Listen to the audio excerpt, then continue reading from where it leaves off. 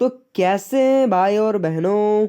आज के वीडियो में हम पढ़ने वाले उसने कहा था चैप्टर के क्वेश्चन आंसर्स। सो आप रेडी हो जाइए, ऑब्जेक्टिव पढ़ने वाले हैं।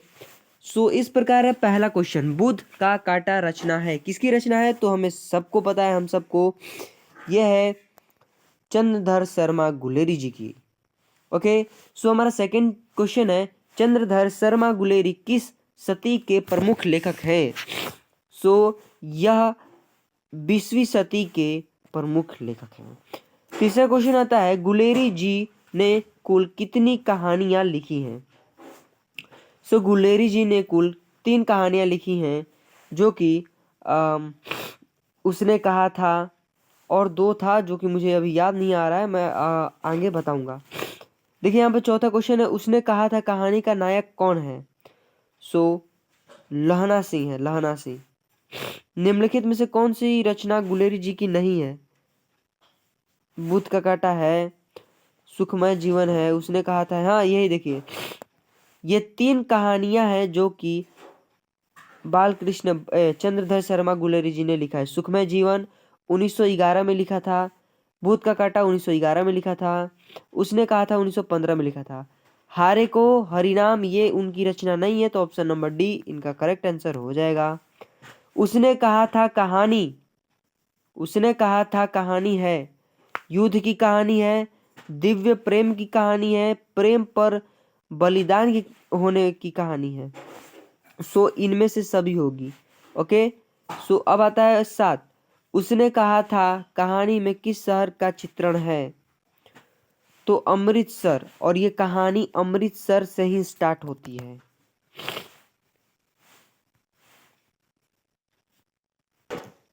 सो अब आता है, लहना सिंह के गांव का क्या नाम था? सो लहना सिंह के गांव का नाम मांझे था। अब बताए लहना सिंह किस पद पर था? सो लहना सिंह जमादार के पद पे था। लहना सिंह की मृत्यु किसकी गोद में हुई? सो अतर सिंह सॉरी वजीरा सिंह के गोद में हुई थी। अब आता है, पलटन का विदूषक कौन था? सो पलटन का विदूषक वजीरा सिंह था। सूबेदार हजारा सिंह के लड़के का नाम क्या था? बोधा सिंह था। भारतीय सिपाहियों का किसके साथ संघर्ष हुआ था? सो जर्मनी के साथ हुआ था। सो जर्मनी के साथ हुआ था। अब आता है चौथा, जर्मन लप्टन को किसने मार गिराया? जर्मन लप्टन को किसने मार गिराया? सो इसका ऑप्शन नंबर हो जाएगा सी, बोधा सिंह ने जर्मन लप्टन को मार गिराया। अब आता है, सिख राइफल के जमादार लहना सिंह का नंबर क्या था? 77 नंबर था। सरकार ने सूबेदार को जमीन कहाँ दी? सरकार ने सूबेदार को जमीन कहाँ दी? तो लायलपुर में दी थी। गुलेरी जी का जन्म हुआ था, मतलब चंद्रधर शर्मा गुलेरी जी का जन्म आई थिंक कांगड़ा नहीं, जयपुर राजस्थान में हुआ था। सुखमय जीवन किसकी रचना है? तो ये मैंने आपको शुरुआत में ही बताया था, सुखमय जीवन ये रचना है आपको चंद्रधर शर्मा गुलेरी जी की। उसने कहा था कहानी कब प्रकाशित हुई? तो जो मैंने शुरू में ही बोला था 3 कहानी था, सुखमय जीवन, बुध का काटा। तो सुखमय जीवन 1911 में हुआ था, बुध का काटा भी 1911 में हुआ था, और उसने कहा था इसका प्रकाशन 1915 ईस्वी में हुआ था। कछुआ धर्म किसकी कृति है? कछुआ धर्म किसकी कृति है? सो ये ऑफकोर्स चंद्रधर शर्मा गुलेरी की है। पुरानी हिंदी रचना है, पुरानी हिंदी रचना किसकी है? तो देखिए चंद्रधर शर्मा गुलेरी जी की है। कौन सा पद गुलेरी द्वारा रचित नहीं है? सो इसमें से देखते हैं कौन सी रचित नहीं है। देवना प्रिय ये है, पुरानी हिंदी है। और यहाँ क्या है, मोरसी मोही कुठवा ये भी है। सो इसमें से मजदूरी और प्रेम नहीं है। ओके,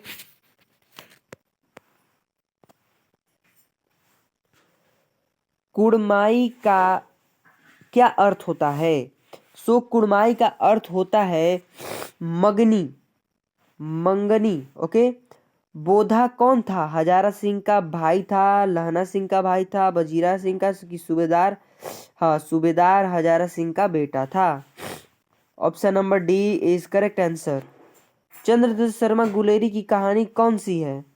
सो इसमें जुट्ठन, जुट्ठन नहीं है, रोज नहीं है, तिरछ नहीं है, उसने कहा था है। Option number C is correct answer. अब आता है कौन सी रचना, अरे हाँ, कौन सी कहानी चंद्रशेखर शर्मा गुलेरी लिखी हुई नहीं है? भूत का कांटा लिखा हुआ है, उस सुखमय जीवन उसने कहा था, लेकिन कफन इनका रचित नहीं है। ओके, जैसे कि मैंने बताया 1911 में क्या लिखा हुआ है? सुखमय जीवन।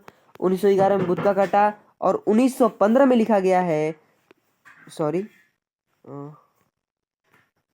1915 में लिखा गया है, उसने कहा था। गुलेरी जी किस गांव के मूल निवासी हैं?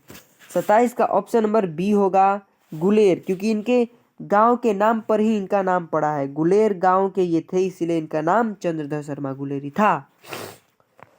उसने कहा कहानी के कहानीकार कौन है? चंद्रधर शर्मा गुलेरी। इतना पढ़ लिए कि याद हो गया होगा।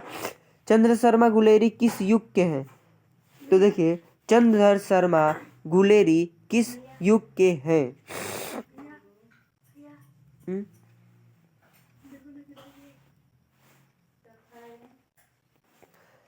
तो किस युग के हैं?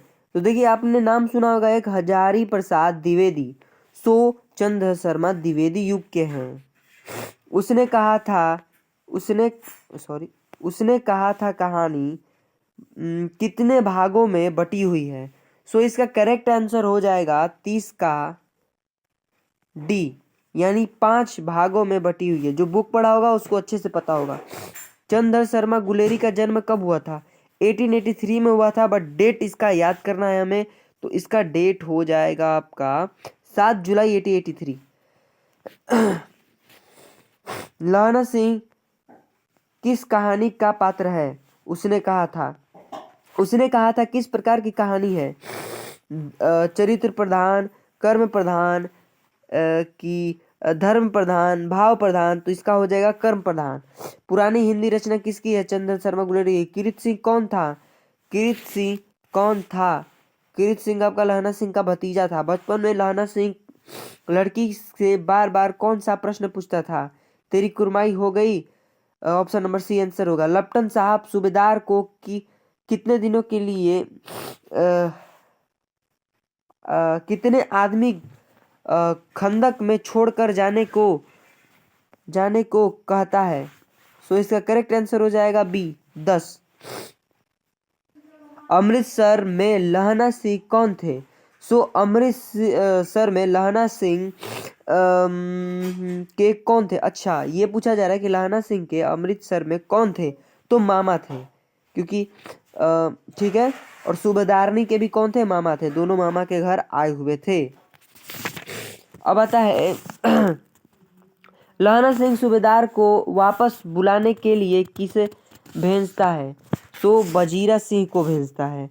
सूबेदारनी ने अपने पति एवं पुत्र की रक्षा के लिए किससे कहा? सो लहना सिंह से कहा।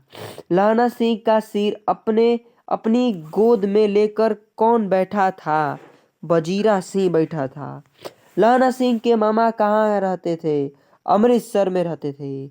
हिंदी कहानी के विकास में मील के पत्थर कौन सी कहानी मानी जाती है?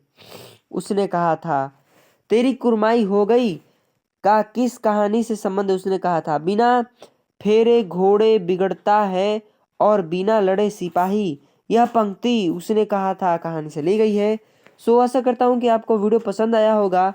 इस वीडियो पे अगर 30 लाइक मिलते हैं, सो अब फिर उसके बाद हम चैप्टर 3 संपूर्ण क्रांति के भी ऑब्जेक्टिव कराएंगे। सो आशा करता हूँ कि आपको वीडियो पसंद आया होगा। वीडियो को लाइक और चैनल को सब्सक्राइब कर लीजिएगा। तब हम आपको मिलते हैं अगले वीडियो में। Bye bye.